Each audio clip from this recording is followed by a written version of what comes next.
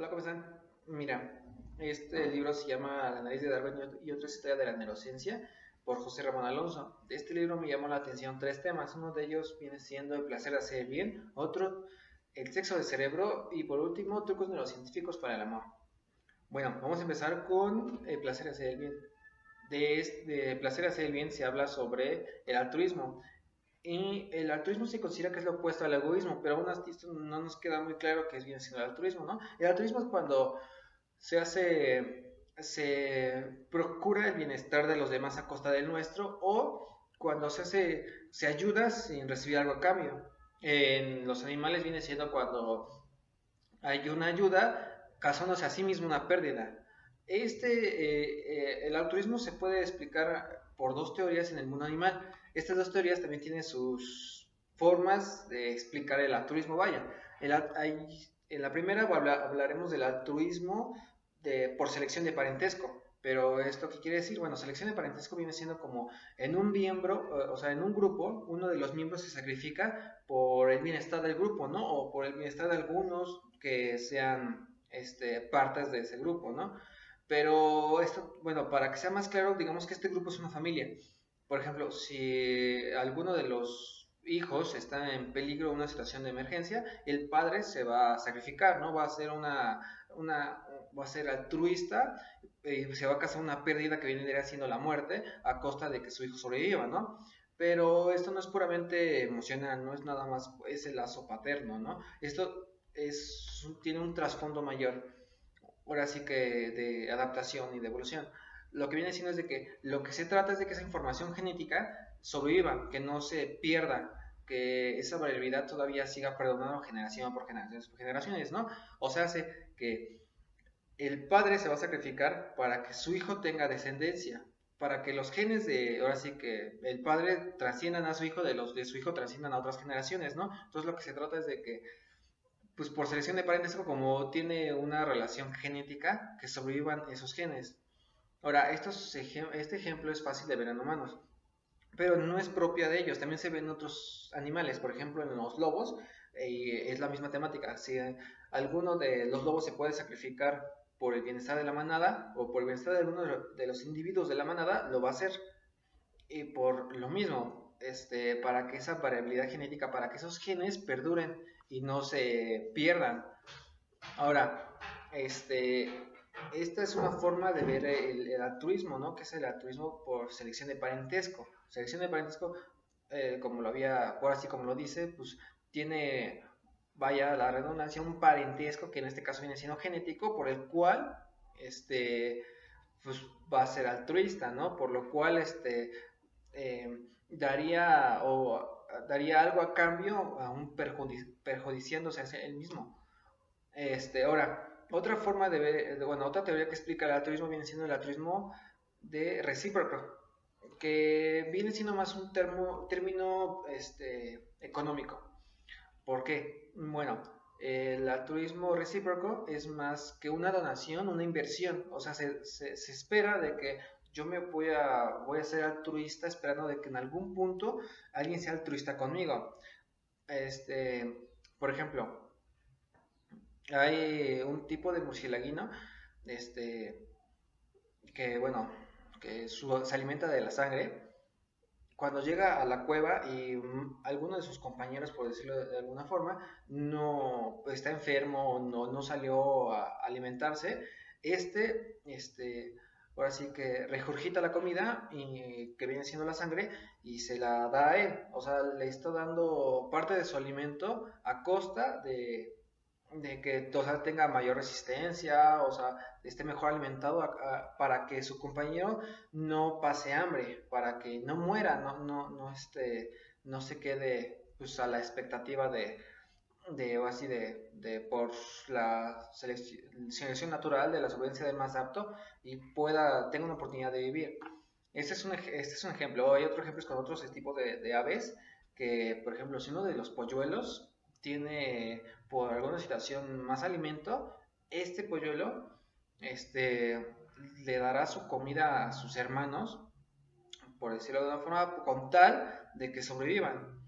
O porque esto iría un poco así como de lo de esto de selección natural, ¿no? Lo de la supervivencia del más apto, viene siendo altruista, ¿no? Porque él podría quedarse toda la comida, él podría estar mejor adaptado, él podría tener, ser, tener un mejor desarrollo, pero no, cede parte de esa comida a sus hermanos para que ellos también puedan sobrevivir.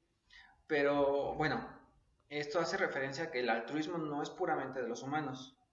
Pero sin embargo, como el tema viene siendo, pues ahora sí, como pues nosotros, se pone algo interesante en la cuestión del cerebro. Bueno, pero esto cómo funciona nuestro cerebro, ¿no? ¿Cómo funciona el altruismo?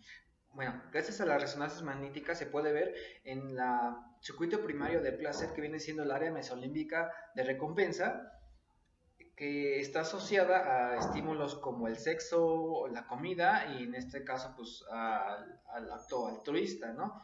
Pero para que quede más claro, esta área que está, o sea, es por el placer, cada vez que, por ejemplo, se tiene una relación sexual o un acercamiento sexual, pues se agrega dopamina, ¿no? Que hace que te sientas bien, ¿no? Placer, que sientas placer, vaya.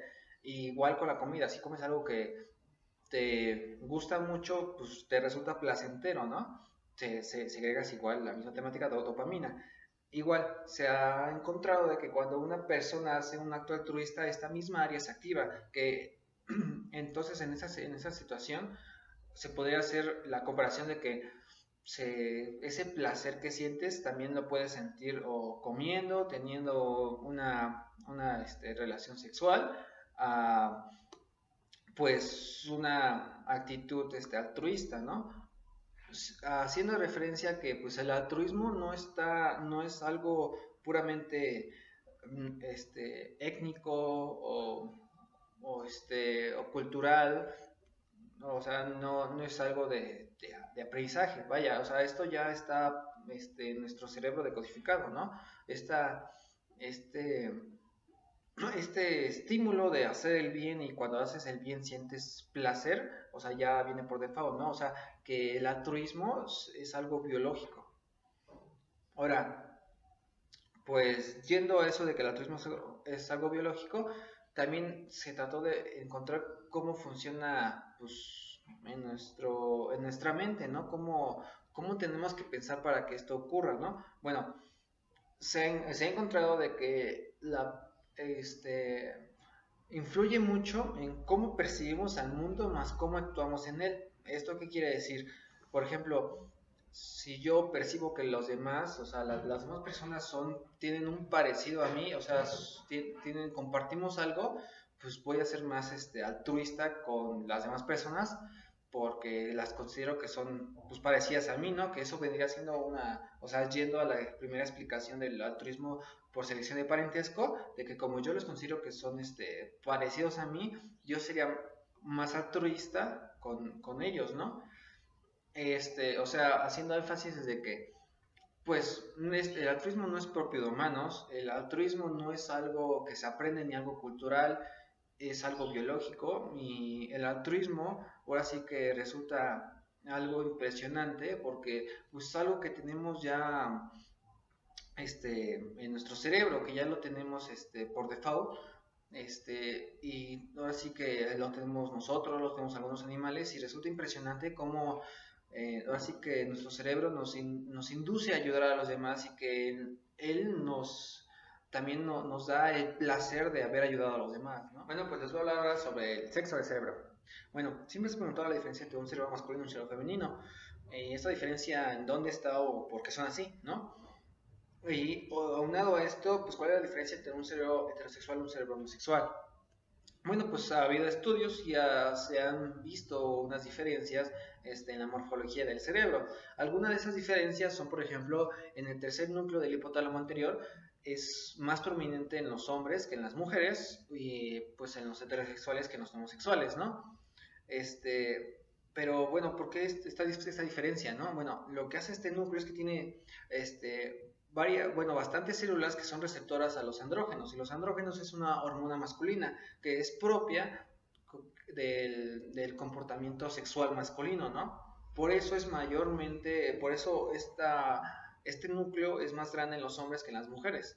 Ahora, este, en el caso de los hombres, ¿no? Ahora, en el caso de las mujeres está lo que es el cuerpo calloso, que es más prominente en las mujeres que en los hombres, y por ende más prominente en los homosexuales que en los heterosexuales, ¿no? Pero esto, el cuerpo calloso, ¿qué hace? Bueno, el cuerpo calloso es el puente que existe entre los hemisferios, entre el hemisferio izquierdo y el hemisferio derecho del cerebro. Ahora, este, este puente está muy fortalecido en las mujeres. Lo que hace es que la información que utilicen ahora sí que esta información se traslape de un hemisferio a otro, haciéndole la oportunidad de que vea y las cosas de otra forma, ¿no? Por ejemplo, en un hombre, que es se ha tomado a chiste que solamente se puede se pueden concentrar en una cosa, es porque este cuerpo calloso no está tan desarrollado como en las mujeres, ¿no? Por eso en los hombres tienen más desarrollado el hemisferio derecho, pero esto es porque el cuerpo calloso no está tan desarrollado. Por ejemplo, en las mujeres, como el cuerpo calloso está muy desarrollado, este, sus dos hemisferios son simétricos. Esto quiere decir que ninguno de los dos es un poco mayor o un poco menor. En el caso de los hombres, como había dicho, pues son asimétricos porque el hemisferio derecho es un poco más grande, porque lo utiliza más. Pero, por ejemplo, las diferencias del cerebro masculino y el cerebro femenino también se ven cuando envejecen.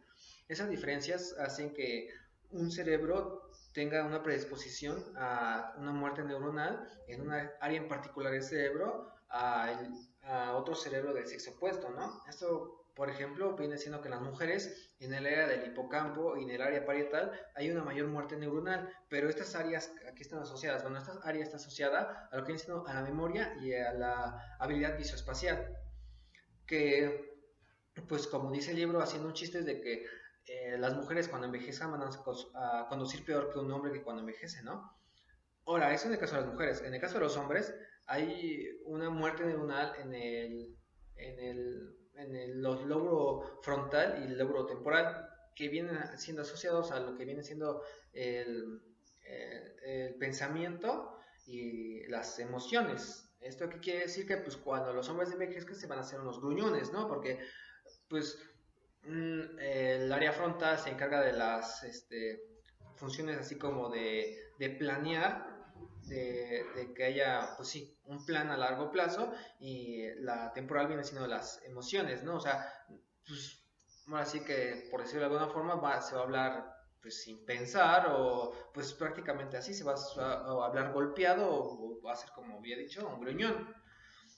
Ahora, estas diferencias entre cerebro masculino y femenino, o un cerebro heterosexual y un homosexual, solamente son como aproximaciones, porque todos los cerebros son diferentes, ¿no? No hay como un cerebro estándar, ¿no?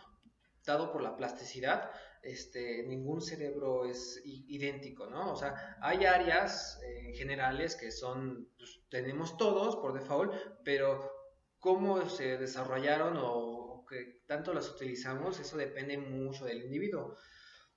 Pero, por ejemplo, hablando de los heterosexuales homosexuales, existe ese parentesco de que los heterosexuales o las lesbianas tienen un cerebro muy similar y los cerebros de las mujeres heterosexuales y los hombres heterosexuales tienen un cerebro igual muy similar, ¿no?